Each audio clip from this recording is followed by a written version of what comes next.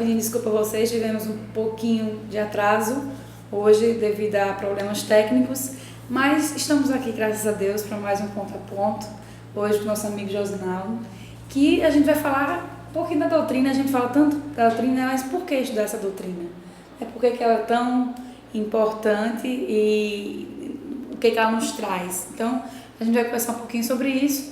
Vocês já sabem, quer interagir com a gente, participar da nossa conversa, o Carlos está aí no chat da Rede Amigo Espírita, você manda a sua pergunta, a sua interação, a sua opinião, e também pelo nosso WhatsApp, o pessoal aí da SET Campina Grande, que nos acompanha, pode mandar pelo WhatsApp, que é o 98840-1055, DDD 83, para quem estiver aí de fora do estado também, que quiser nos acompanhar via WhatsApp. Então, muito bem-vindo, obrigado por ter aceito nosso convite, né? E para começar, eu queria que você nos definisse essa doutrina, né? Qual é a melhor definição que a gente pode dar à doutrina espírita? A doutrina espírita, na minha concepção, a melhor definição que a gente poderia dar para ela é que é uma doutrina, sobretudo, de amor, e é uma doutrina de transformação moral para cada uma das pessoas. Muitas pessoas confundem a doutrina espírita como se fosse uma religião, mas de fato ela é bem mais do que uma religião. Ela abrange tanto a parte científica como também religiosa, como filosófica. Tem questões que atordoam, vamos dizer assim, a humanidade durante séculos, durante décadas, durante séculos, e a doutrina espírita ela veio e dá uma informação precisa, mais próximo de tranquilizar, de consolar, como é a proposta dela, todos os seus integrantes. Então, eu acho que essa é a melhor definição que eu poderia dar sobre a doutrina espírita. Uma doutrina de amor e uma doutrina de transformação moral para cada um dos seus integrantes. É muito importante você ter falado a questão da religião, né? Que às vezes, quando as pessoas enxergam como religião e começam a conhecer um pouquinho, até estranha, né? Porque sente falta de alguns conceitos, né, alguns dogmas, alguns procedimentos que normalmente as religiões têm, né, no seu cotidiano. E a doutrina foge um pouquinho desse padrão, né? A religião, de uma forma geral, ela é um processo evolutivo que veio desde a mitologia. Então, desde a mitologia, o homem, para poder se ligar a Deus ou aos deuses, ele buscava meios, buscava, de certa forma, criar rituais, achando que era essa a maneira de atingir a plenitude com o ser superior. Mas a doutrina espírita ela veio e quebra esses paradigmas. A doutrina espírita veio e mostra que para poder a gente se ligar ao Pai, não precisa de rituais, não precisa de dogmas, é bom entender, né? De dogmas de fé, porque dogmas, no sentido literal da palavra, vamos dizer assim, toda doutrina tem, inclusive a doutrina espírita, porque dogma a gente poderia colocar como se fosse qualquer pontos indiscutíveis em uma doutrina, ou pontos que fazem parte da sua essência, vamos dizer assim. Então, por exemplo, a reencarnação para o espiritismo é um dogma, mas não um dogma de fé. Essa é a diferença, né? Então, um dogma de fé, ela é posta e todo mundo aceita e sem questionar. E nesse ponto a doutrina espírita não tem esse tipo de dogma. Como a doutrina espírita ela pode vir a influenciar no crescimento de uma pessoa? Ótima pergunta, né? Como é que ela pode fazer, como é que ela transforma uma pessoa? Toda a humanidade, ela está sujeita a uma lei indiscutível, ou independentemente de ser espírita ou não, mas toda a humanidade progride. Então todos nós estamos submetidos a uma lei de progresso. E para que a gente atinja essa progressão, esse progresso, nós começamos a perceber, basta estudar historicamente o homem, e nós vamos perceber que no passado,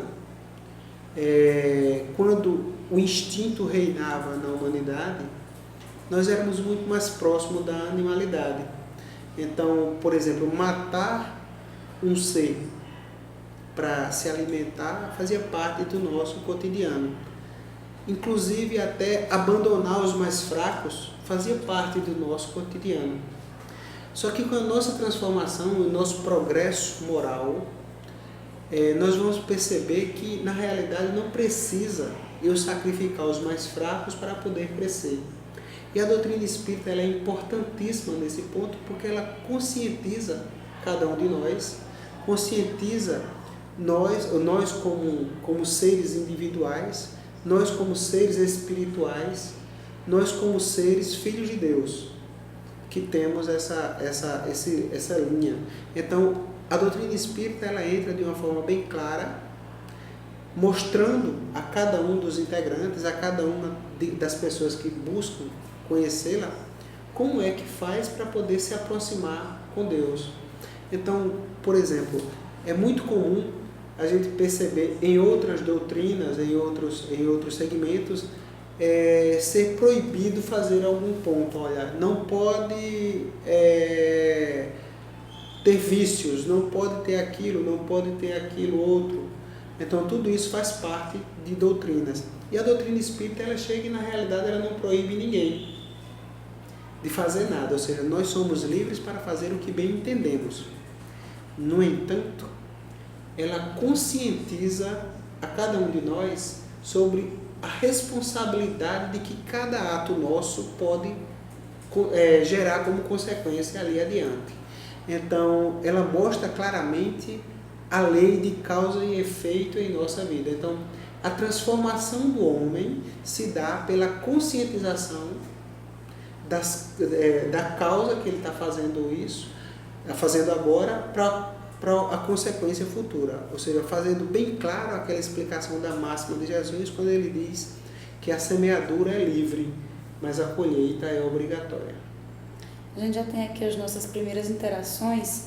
A Sônia Risato diz o seguinte: a doutrina espírita me ajuda a lidar melhor com as diferenças, problemas e sermos pessoas melhores. O Jorge Luiz de Souza diz o seguinte: para mim, como uma filosofia de vida.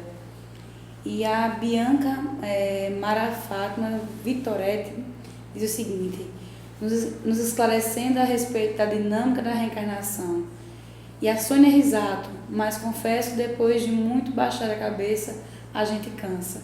Então, cada um aqui dizendo como é que a doutrina lhe auxilia no seu crescimento, né? Aí, você perguntou, né, de estudos. Certo. Então, a pergunta que eu vou fazer, eu acho que você vai se sentir bem à vontade para respondê-la. Por que a gente deve estudar a doutrina? Ok. Não só a doutrina espírita, mas tudo que nós nos propomos a fazer. Se queremos fazer bem feito, então devemos conhecer o que vamos fazer. Então, conhecer a doutrina espírita, ela é importantíssima para poder, principalmente, nós quebrarmos alguns mitos, que a maioria de nós espíritas somos originários de outras religiões.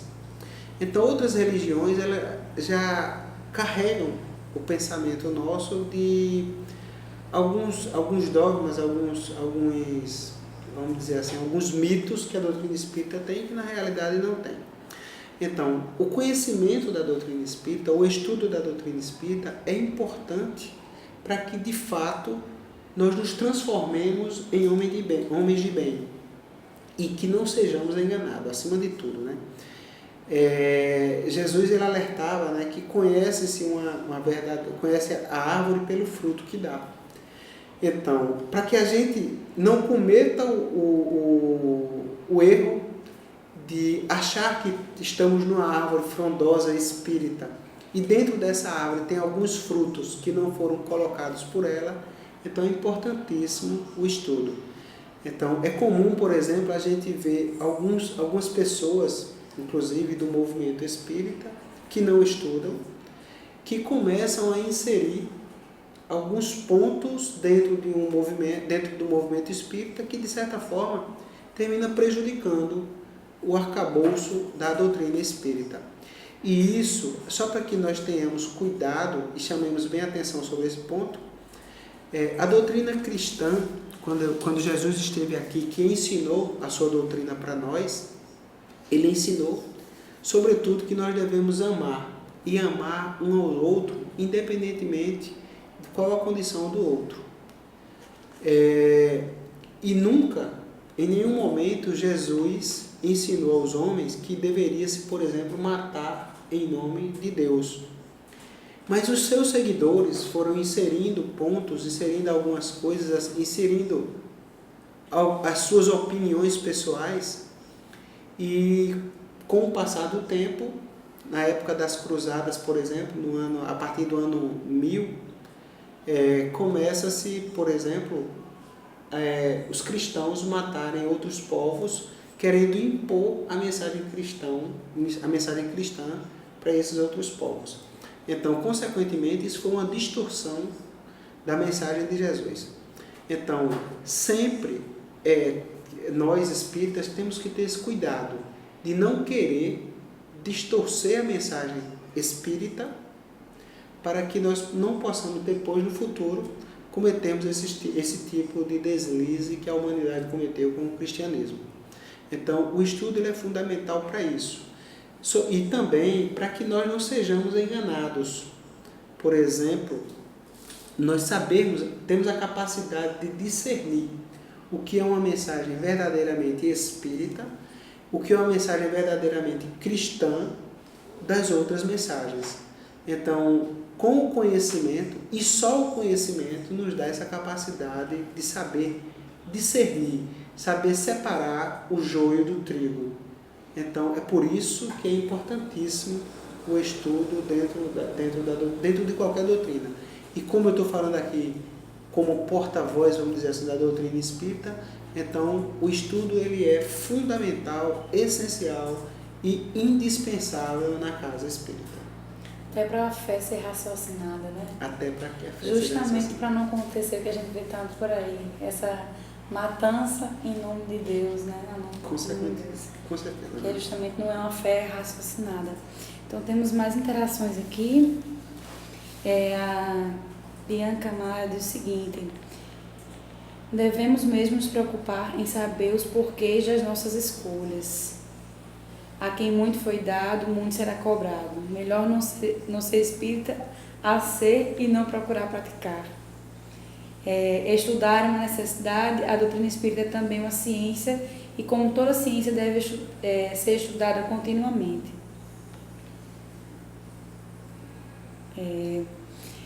Então, eu vejo assim, hoje mesmo a gente faz o Evangelho pela manhã, e uma das nossas leituras foi justamente com relação ao estudo sem a prática, né? Que a gente também vê que é muito comum. Também comum. Às vezes as pessoas, por ser uma doutrina muito rica de informação, as pessoas se embelezam por essas informações, estudam, mas não internalizam, né? Então aí não adianta o estudo também, né? A fé continua sem ser raciocinada. Esse é um processo interessante, eu diria. Eu diria que a doutrina espírita ela é progressiva e ela é lentamente absorvida pelos seus praticantes. As pessoas, quando começam na doutrina espírita, muitas das vezes as pessoas buscam a doutrina espírita por desinformação até, né? Porque eles acham que em todo centro espírita eles vão encontrar reuniões mediúnicas com fenômenos mediúnicos extraordinários, e as pessoas vão muito mais nessa busca do extraordinário, e quando chegam ao centro espírita, eles, de certa forma, há uma decepção. Raro é a pessoa que busca a doutrina espírita porque se interessou pela sua proposta filosófica. Então, as pessoas geralmente buscam querendo resolver um problema seu, ou então a busca de fenômeno. E nessa busca, eles chegam lá, tem aquela decepção, uns abandonam logo no início e outros insistem. E a partir daí ele começa a receber a carga de informação da doutrina espírita, que, vale salientar, é bastante extensa, né? Extensa e complexa. Alguns pontos bastante complexos. Então, quando ele começa a receber essa carga de informação, muitas pessoas também se decepcionam aí, porque acham que eu não tenho condições de acompanhar, é muito complexo para mim. Outros chegam e dizem, não, eu não queria isso, na realidade eu quero ter a minha fé cega. Eu não quero pensar, eu quero simplesmente crer. E outros não, outros insistem. Então, nesse processo de insistência que ficam as pessoas aí, esses remanescentes da busca inicial, eles começam a receber a doutrina espírita, e eu sempre costumo dizer que é o momento em que a doutrina espírita está entrando nele. Então é o momento em que a pessoa absorve, e só com o passar do tempo, e geralmente esse tempo, eu gosto de respeitar cada uma das pessoas. Esse tempo pode ser mais curto para uma determinada pessoa, pode ser mais longo para outra, mas só com o tempo é que a doutrina espírita começa a sair daquela pessoa. Porque ele começa por um processo de conscientização. Então esse processo de conscientização é que é lento, né? Uns às vezes despertam com um estralar de dedos, outros precisam de uma bomba ao seu lado para despertar, né? Então, estuda, mas não se preocupe. Em um determinado momento ele vai começar a colocar para fora. Por quê? Porque o colocar para fora é essencial para o conhecimento dele. Então, esse processo de externar a doutrina espírita pode ser que leve uma encarnação, por exemplo, ou mais, eu não sei. Chega uma pergunta aqui pra gente. Você falou que o estudo traz essa possibilidade de você entender, identificar a mensagem verdadeiramente espírita, verdadeiramente cristã. E aí a pergunta é: como posso identificar uma mensagem eminentemente espírita? Ok. A doutrina espírita, ela tem postulados básicos. Esses postulados básicos, você se lembra ainda agora quando eu falei que tem pontos em cada uma das doutrinas que eles são pontos que fazem parte do corpo daquela doutrina. Então, por exemplo, a reencarnação, ela é um ponto básico, um postulado básico da doutrina espírita. A existência de Deus é um postulado básico da doutrina espírita. A sobrevivência do espírito após a morte do corpo é um postulado básico da doutrina espírita. Então, se eu recebo uma mensagem dizendo que é espírita, mas não aceita a reencarnação, então de cara aí eu já posso identificar que essa mensagem não é espírita.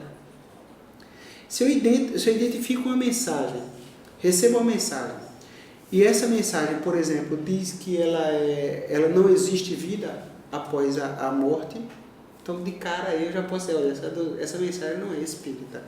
E o interessante é nós percebermos isso, que tem pessoas, tem centros espíritas até, que eles cometem o erro de aceitarem mensagens que se contradizem com a mensagem espírita, mas elas aceitam simplesmente porque é uma mensagem do plano espiritual. Então, imagine que um médium, principalmente as casas que não são bem preparadas em estudo, elas têm aquela figura daquele médium principal, vamos dizer assim, que eu não acredito, não gosto muito dessa terminologia, né? Mas esse médium principal, ele recebe uma determinada comunicação de um determinado espírito. Geralmente esses espíritos, eles se identificam como se fossem outras pessoas. São espíritos, na realidade, que não estão querendo o crescimento daquele grupo, ou daquela pessoa, daquele médium, e geralmente eles se identificam como um espírito de alta escola. Vamos dizer, se identifica como se fosse Bezerra de Menezes, como se fosse Chico Xavier, como se fosse Joana de Ângeles. Dá uma mensagem, a mensagem é falsa, é uma mensagem que não resiste a um estudo aprofundado, a uma análise nem aprofundada, nem superficial da doutrina espírita, mas o médium, por não estudar, aceita aquilo como se fosse uma mensagem verdadeira.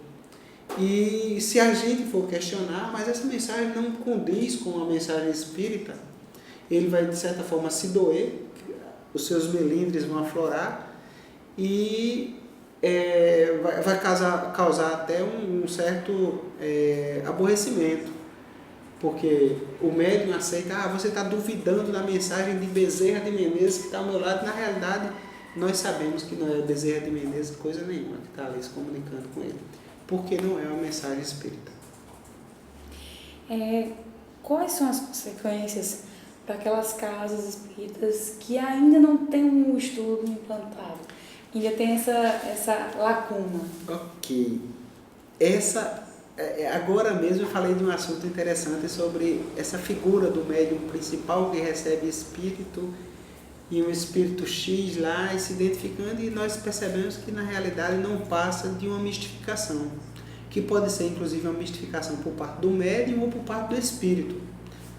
E essa mistificação é consequência da falta de estudo do médium, tá certo? Então vamos lá. Qual a consequência de uma casa espírita que não adota o estudo? E eu diria mais, o estudo sistematizado. Porque tem casas espíritas que adotam o estudo, mas não adotam o estudo sistematizado. Por exemplo, é comum algumas casas espíritas dizerem que tem o seguinte: eu tenho o estudo do Evangelho, ou eu tenho o estudo do Livro dos Espíritos. E eu adoto o estudo do Livro dos Médiuns. Nada contra esse tipo de coisa, mas eu chamo a atenção para determinados pontos. Como eu falei, a pessoa que busca uma casa espírita, ele às vezes passa em busca de receber a mensagem e ser captado por aquela mensagem. Só que ele chega lá, imagine que eu esteja lá estudando já, sem ser de forma sistematizada, e eu estou estudando o livro A Gênese. E já estou lá numa parte bem complexa da Gênese. E chega uma pessoa novata, tem um estudo de um livro aqui. E quando ele chega lá, eu começo a falar da uranografia geral do universo. E o cara vai ficar ali voando, sem saber de que a gente está tratando, porque ele entra, pega o ônibus andando, e o ônibus bem adiantado já. Então ele vai assistir uma aula lá, vai ficar perdido, e daqui a pouco aquilo vai ser desinteressante para ele vai sair. Porque ele não entrou de uma forma sistematizada. Por isso que eu acho importante o estudo sistematizado, porque começa desde a base, preparando o alicerce, preparando a base, para que aí em cima vá construindo aquela fortaleza de conhecimento. Então é por isso que eu sou defensor ferrenho do estudo sistematizado. Então, eu acho que toda casa deveria implantar o estudo sistematizado, começando desde a base. Se por acaso alguém chegasse e já estiver em determinado avançado curso, que ele espere uma outra turma e comece do começo. Não adianta querer começar a casa construindo o telhado. Que inclusive é uma das campanhas da FEB, né? Comece pelo começo. Que a maioria dos espíritos começa pelos romances, quer ir para as obras mais complexas, e a codificação, que é basilar, sempre fica esquecida. Sempre fica esquecida, né? É comum algumas casas espíritas, por exemplo, adotarem o estudo dos livros de André Luiz. Eu acho fantástica a obra de André Luiz, eu acho de uma grandeza gigante, né? As obras de André Luiz. No entanto, para casa espírita, eu acho que mais recomendado o estudo sistematizado da doutrina espírita, por exemplo, o ESG, porque ali a gente vai pegar toda a parte inicial, independentemente de qual seja a fonte. Ou seja, às vezes a gente pega no roteiro do ESG, por exemplo, fonte que é do Livro dos Espíritos, fonte que é do Evangelho segundo o Espiritismo, fonte da Gênese, fonte de obras complementares. Então, tudo abordando aquele assunto. Então, eu acho enriquecedor desse sentido aí. Então, por isso que eu sou defensor desse tipo de estudo sistematizado. Eu falei por exemplo, casas espíritas que adotam o estudo sistematizado do Evangelho. Ou melhor, o estudo do Evangelho. O que é que eu poderia falar sobre isso? Eu sou contra estudar o Evangelho? Não, em momento algum eu disse que sou contra estudar o Evangelho. Eu sou a favor de estudar sistematizado a doutrina espírita. E quando eu falo da doutrina espírita, eu não estou falando só da parte moral, da parte do Evangelho. Eu digo que a doutrina espírita é como se fosse um banquinho que ele é fincado em cima de um tripé. Ciência, religião e filosofia. Se eu me dedicar único e exclusivamente à religião, o estudo do Evangelho, por exemplo, esse banquinho vai ficar torto e vai cair. Então, por isso que eu sou defensor do estudo sistematizado como um todo. Eu não sou a favor do estudo do livro dos Espíritos só porque a gente vai dar ênfase à parte filosófica. Eu não sou a favor de estudar o livro dos médiuns porque a gente vai dar ênfase à parte científica, ou da Gênese a gente vai dar ênfase à parte científica. Então é por isso que eu gosto de estudar a doutrina como um todo, como se fosse um corpo doutrinário completo e não isolado. Se a gente for para analisar a recomendação que se tem também com relação ao estudo do Evangelho, é que vá pela sequência, né? Que ele começa com toda uma base informativa para que você entenda algumas referências que vêm dos textos bíblicos mais na frente. E a outra dia conversando com amigos que estudam, se a gente for parar para olhar os capítulos, as ordens dos temas, eles são organizados dentro de uma lógica de entendimento, que quando você fecha um, você está pronto para ir para o outro entendimento. Então, Kardec foi muito genial nessa ordenação aí das temáticas de tudo, né?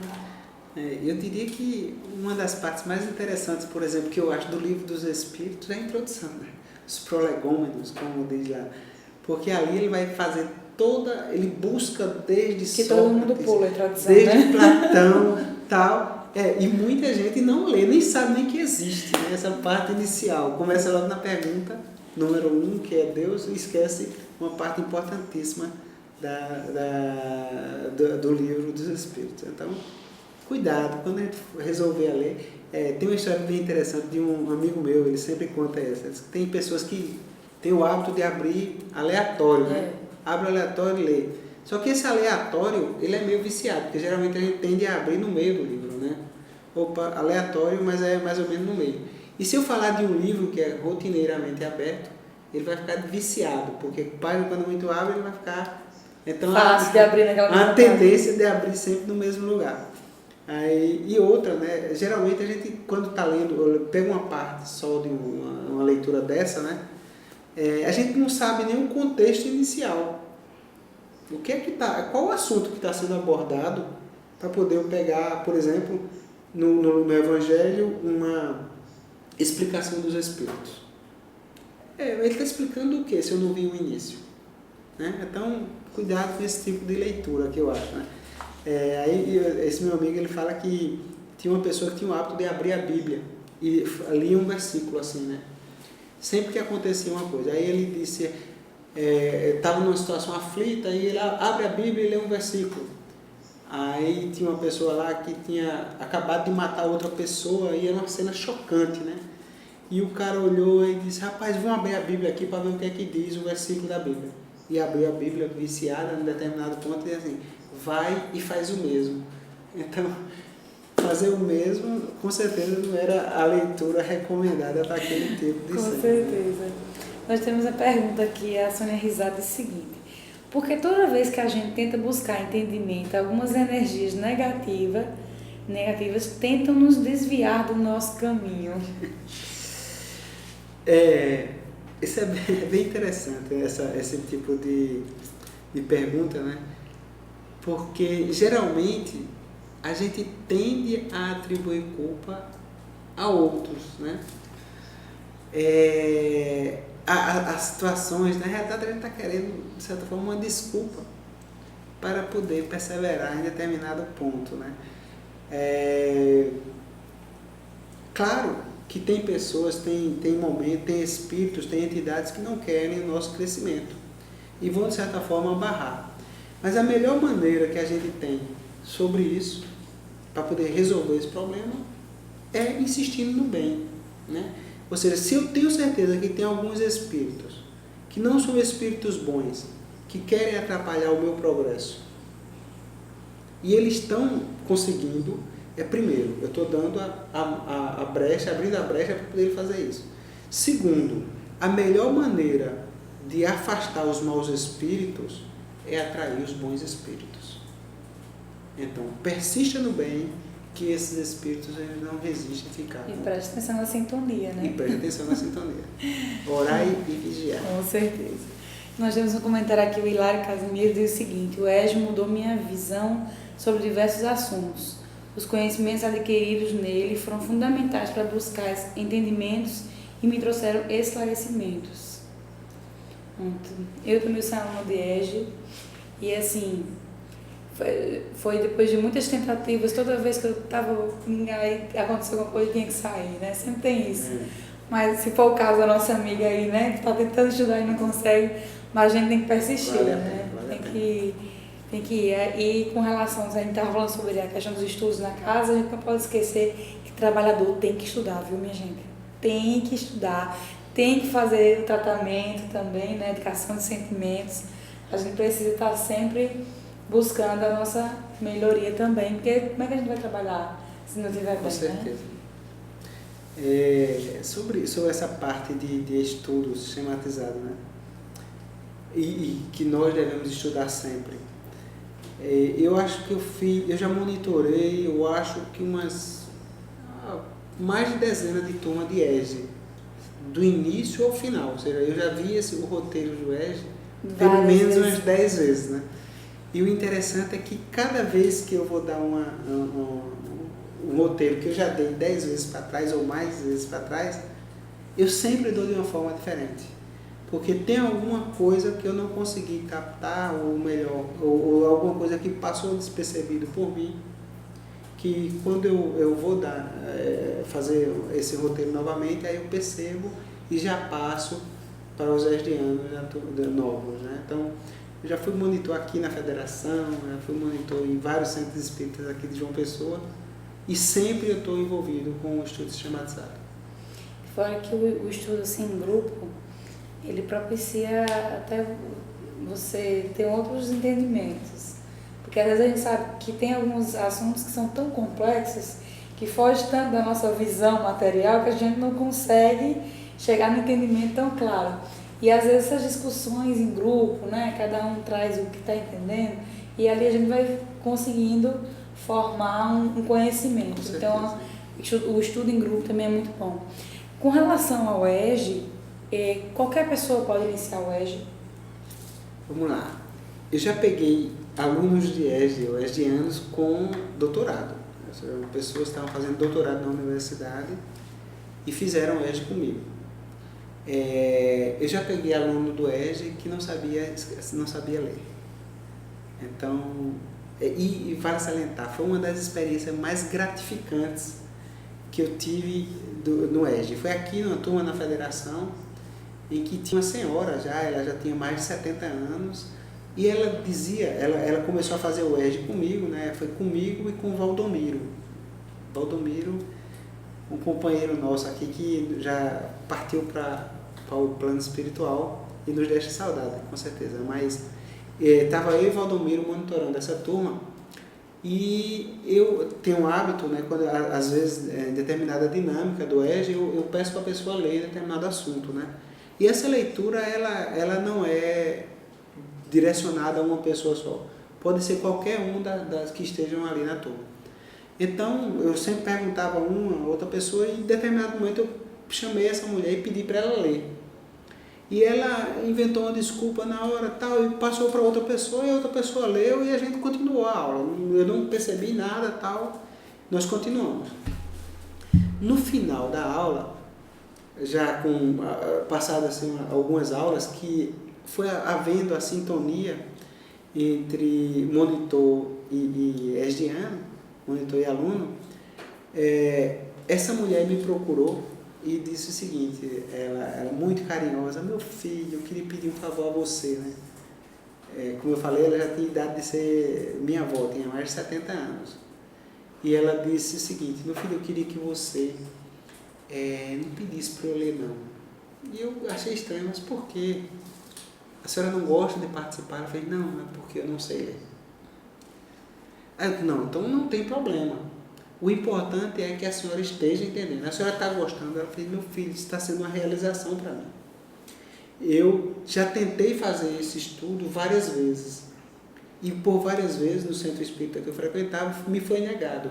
E me foi negado porque as pessoas diziam que eu não tinha estudo suficiente para poder fazer o estudo sistematizado. E essa pessoa, ela vivia tanta vontade de fazer o EGE, que ela buscou Frederico Menezes, Fred, no Cabo, né? E falando com o Fred, ela disse, Fred, eu gostaria muito de fazer o estudo sistematizado. E o que é que você diz? E eu tento, mas o centro espírita não deixa fazer. Ela disse que ele abraçou ele e disse, minha irmã, sua hora vai chegar. Tenha calma. E chegou aqui na federação, ela estava na minha turma, né? E a partir daí eu não mais pedi para ela ler coisa nenhuma. Eu sempre, na técnica, eu arranjava uma maneira de pular, deixar sem ler, né? Fazer alguma maneira para não ler, para não constrangê-la. Mas com o passar do tempo, como eu falei, foi uma experiência super gratificante, porque ela aprendeu a ler. Durante o ERG, depois de 70 anos, nessa encarnação, ela aprendeu a ler. Deve ter sido até um estímulo, né? Um estímulo para ela. E o mais interessante, ela fez um trabalho sobre pluralidade dos mundos habitados, que ficou tão bem feito, mas tão bem feito, que nós deixamos exposto aqui, na galeria da federação aqui, por mais de 15 dias, esse roteiro, esse trabalho feito por ela. Então veja o quão gratificante foi para mim ter uma pessoa com esse nível intelectual e para ela, por ela se sentir valorizada. Então o ESD, ele é recomendado para todos os espíritas, independentemente de nível intelectual que a pessoa tem. Então fica aí o convite, né? Procurar uma casa que tenha e começar o estudo, com certeza. O Espírito de Verdade, ele tem umas assertivas e o que eu queria que você comentasse. A primeira delas é: Espíritas, amai-vos, este é o primeiro ensinamento. Instruí-vos, este é o segundo. Queria que você me desse primeiro esse trechinho, para depois eu falar o segundo. Ok, vamos lá. Espíritas, amai-vos. Tudo que nós resolvemos fazer, tudo, sem exceção, nós devemos fazer com amor. Lembremos da carta de Paulo aos Coríntios, quando ele diz o seguinte: ainda que eu falasse a língua dos homens, que eu falasse a língua dos anjos, mas se eu fizer isso sem amor, nada disso me valerá. Ainda que eu tivesse o dom da profecia, mas se eu fizer isso sem amor, seria como um símbolo que retinha. Ainda que eu pegasse toda a minha fortuna, vendesse e desse aos pobres, todos os meus bens vendesse e desse aos pobres, se eu fizer isso sem amor, nada disso valerá. Então, aí está dando a mensagem do que é, ou de qual a importância desse primeiro mandamento. Espíritas, amai-vos. Porque se eu fizer qualquer coisa que eu faça, se eu for um monitor do ESD, se eu for um palestrante espírita, se eu for um médium, se eu for um médium passista, se eu for um trabalhador da casa espírita, mas se eu fizer isso sem amor, com algum interesse que não seja o bem do próximo, se eu fizer isso com algum interesse que não seja o querer ajudar o outro, ou de querer crescer, então nada disso me valerá. Então por isso que o Espírito de Verdade ele fala sobre isso. Faça, mas faça com amor. Faça com amor ao próximo. Eis o primeiro mandamento. E ele bota em um nível quase de igualdade como espíritas instruí-vos. Por que isso? Porque a instrução vai nos preparar para esse amor. Eu, sem ter conhecimento, eu não posso jamais falar de uma doutrina, da doutrina espírita, sem o conhecimento que ela me passa por trás. Eu posso, sem o conhecimento, ser joguete de outras pessoas. Eu posso ser uma mente manipulada por outras pessoas. Eu posso ser uma mente que, sem noção do que esteja fazendo, eu posso inclusive prejudicar não a mim, mas a outras pessoas. Então, por isso que é importante, espíritas, instruí-vos para poder saber discernir e separar o que é uma mensagem de Deus, o que é uma mensagem de Jesus, o que é uma mensagem espírita das demais mensagens. Então, eu ter a consciência de que eu, com esse conhecimento, eu posso separar o joio do trigo. E a segunda que eu falei, que ele diz assim: no cristianismo encontram-se todas as verdades. São de origem humana os erros que nele enraizaram. Ok. Também fundamental essa mensagem aí, inclusive ela, vamos dizer assim, corrobora com a mensagem anterior. Eu falei para vocês ainda agora sobre a mensagem cristã.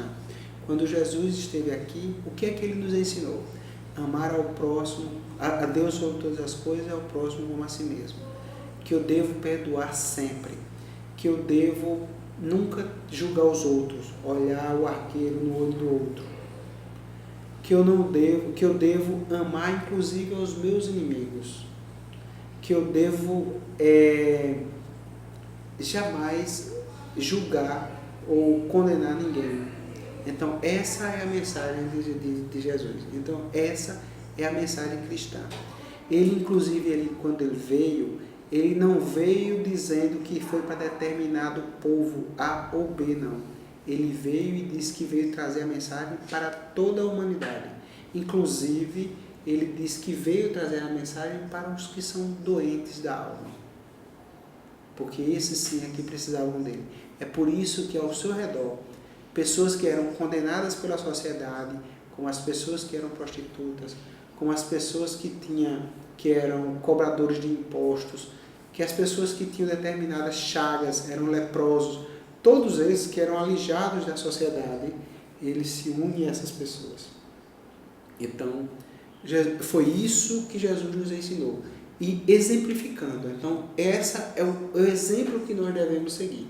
No entanto, a mensagem cristã, com o passar do tempo, foi sendo inserida algumas coisas que não eram cristãs, por falta de conhecimento ou por falta de discernimento das pessoas que eram cristãs, com o passar do tempo, terminaram matando em nome de Jesus. Como eu falei, na época das cruzadas, a mensagem cristã, eles queriam impor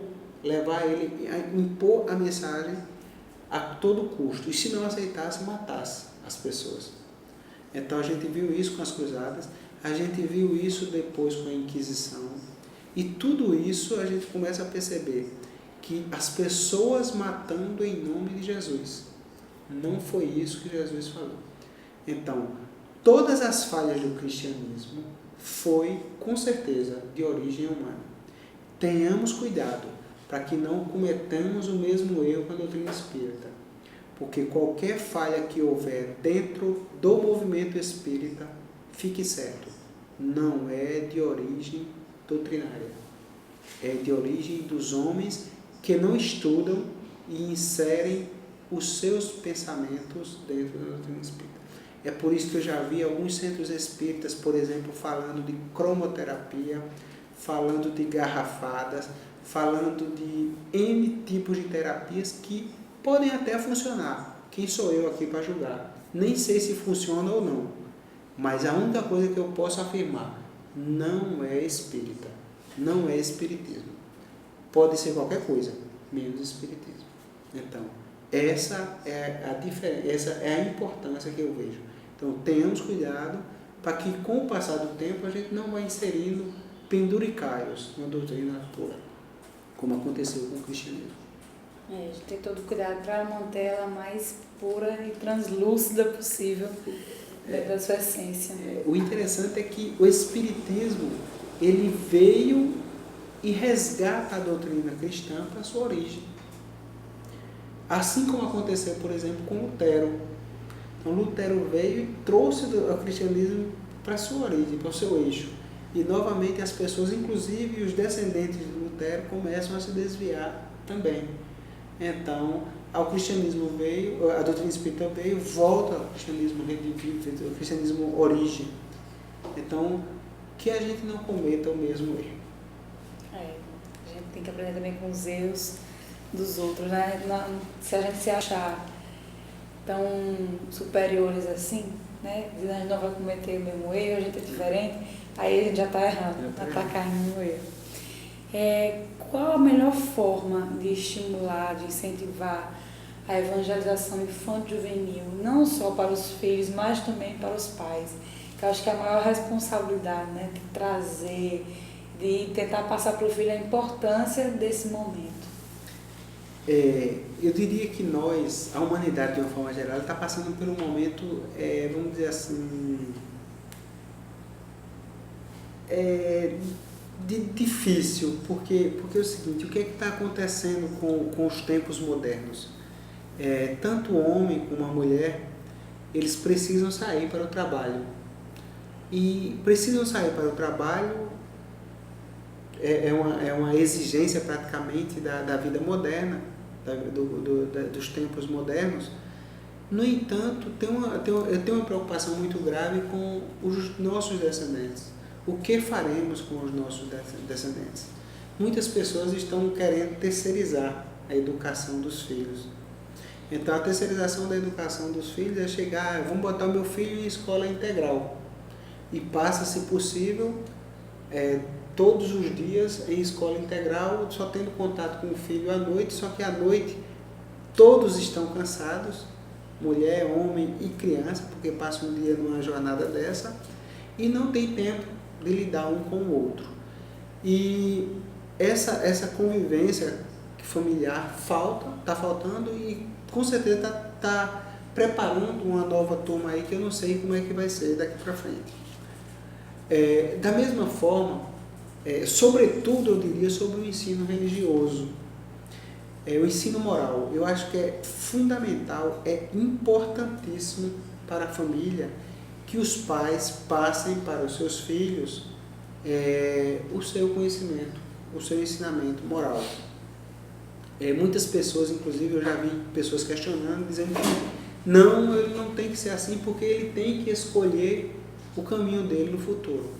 Eu até concordo que ninguém deve impor o caminho para ninguém, mas durante criança nós devemos mostrar para ele que existe um mundo espiritual, porque com certeza se nós não mostrarmos, o mundo inteiro mostra para aquela criança que existe um mundo material. Então, se ele está recebendo a informação mundana, a informação material, materialista desse lado, se ele não tiver um contraponto moral e espiritual, ele vai ficar facilmente influenciado por esse lado. Então, que nós mostremos o outro lado. Então, para mim, o maior estímulo que eu dou para que os pais trabalhem na evangelização infantil vocês, ou nós que somos pais, que temos a educação, que preparemos o filho para a educação, para a evangelização infantil, por exemplo, nós estamos preparando um caminho melhor para os nossos filhos. Então, eu tenho certeza como todo pai quer o melhor para o filho. Então, não despreze nunca. Esse é o maior estímulo que eu tenho para a evangelização infantil. Eu estou com a criança, meu bebê tem 11 meses, vai fazer agora, e a gente já está fazendo, já trouxe ele aqui para uma aula experimental sobre a evangelização do bebê, e sentimos porque não teve ainda a turma aqui. Mas assim que tiver, estaremos com ele aqui. A sala da evangelização do bebê está sendo preparada para recebê-los, mas eu acho que dentro em breve o seu bebê já vai poder estar sendo evangelizado. Enquanto não, eu estou aqui, por exemplo, e ele está lá em cima assistindo a palestra, ele e a mãe. Está evangelizado de todo jeito. A Caroline Borges comentou o seguinte: entendo que os pais, sendo conhecedores da doutrina, naturalmente encaminham os filhos para serem evangelizados. Não significa, penso eu, necessariamente espírita, mas praticamente de qualquer religião. Essa evangelização não se dá apenas nos centros, igrejas, mas sim no dia a dia. Em qualquer tempo, no lar, podemos ensinar nossos filhos. Observo, não sei se acontece com vocês, mas eu observo que participantes da evangelização, 90% pertencem à comunidade. Os pais trabalhadores da casa espírita raramente levam os filhos. Isso tenho observado. Aqui na federação já não é, né? Os filhos dos trabalhadores estão presentes na evangelização. Com certeza. Eu achei interessante ela falar aí sobre não ser privilégio da doutrina espírita esse processo de evangelização infantil. Eu concordo. E, sobretudo, eu falo sobre a exemplificação em casa.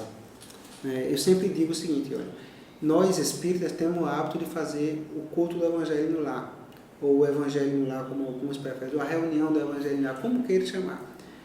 E sobretudo, quando as pessoas me perguntam o que é o evangelho no lar, as pessoas que não conhecem a doutrina espírita, eu digo, olha, primeiro ponto, o evangelho no lar não é aquela reuniãozinha de 1 hora que nós temos, em que nós botamos a água para ser frutificada, que lemos uma parte do evangelho e estudamos e debatemos aquilo ali, não. O evangelho no lar é nós tentarmos praticarmos os ensinamentos de Jesus no nosso lar. É difícil? É. E esse exercício nós temos que fazer diuturnamente. Aquela reunião que nós fazemos em determinado momento é para poder reforçar o nosso conhecimento e as nossas diretrizes com o Evangelho de Jesus. Então, aquela reunião ela tem o objetivo de nos ensinar o caminho, mas durante o restante da semana, o restante do período, nós devemos que tentar pôr em prática aquela reunião que nós fizemos naquele dia. Então, isso é o Evangelho lá. Verdade.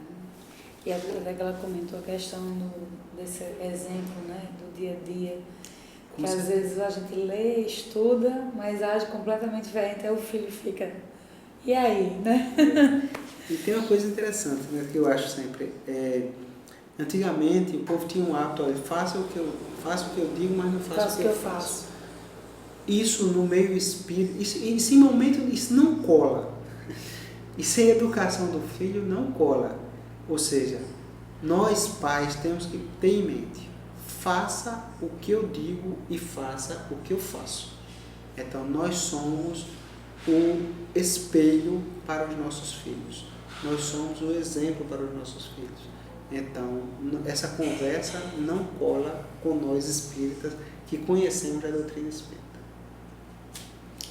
Aí agora você falou inicialmente, mas eu queria que você nos esclarecesse mais qual a importância do estudo para o médium. Ok. Então, o médium, sobretudo, ele tem a fundamental importância do estudo. Por quê? Todos nós, quando começamos no processo mediúnico, é comum, é hábito nosso, nós começamos a receber algum tipo de influência espiritual e ficar na dúvida se aquela influência é nossa, é anímica ou se é de um determinado espírito. Então esse processo é normal, faz parte até para poder ir o médium se soltando em sua desenvoltura.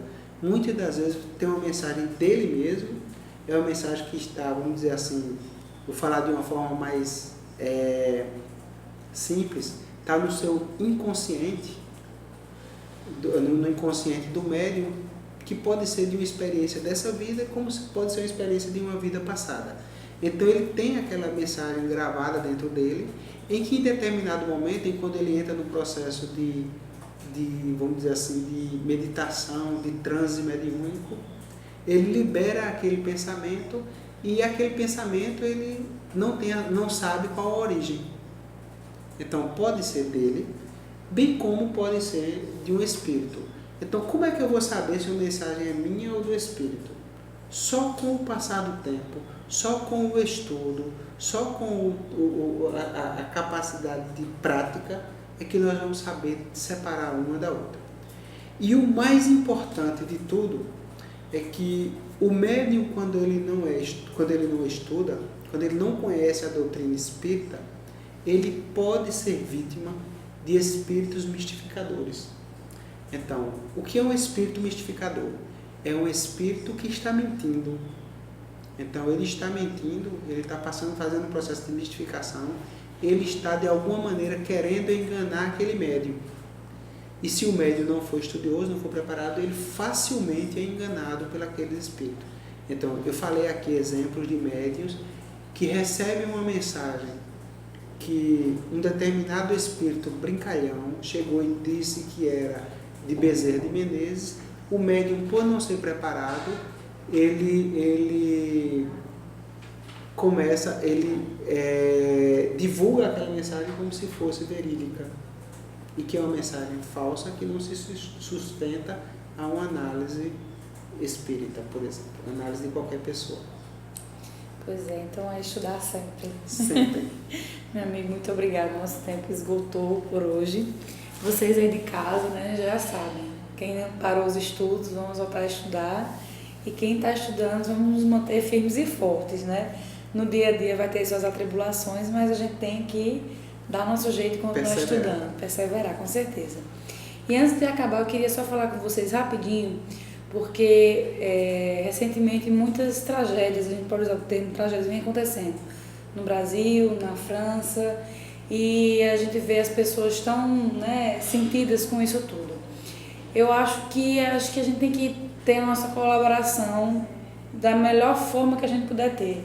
Então, se algumas pessoas podem adquirir recursos e mandar água para aqueles que estão sem roupa, sem casa, sem comer, sem beber, nas piores situações, pessoal de Minas Gerais, que o faça. Se você pode, mora na região e pode ajudar com o seu trabalho, que ajude. Mas se você está longe, se você não tem recursos, se você não tem como se deslocar, e o que a gente pode fazer é a prece.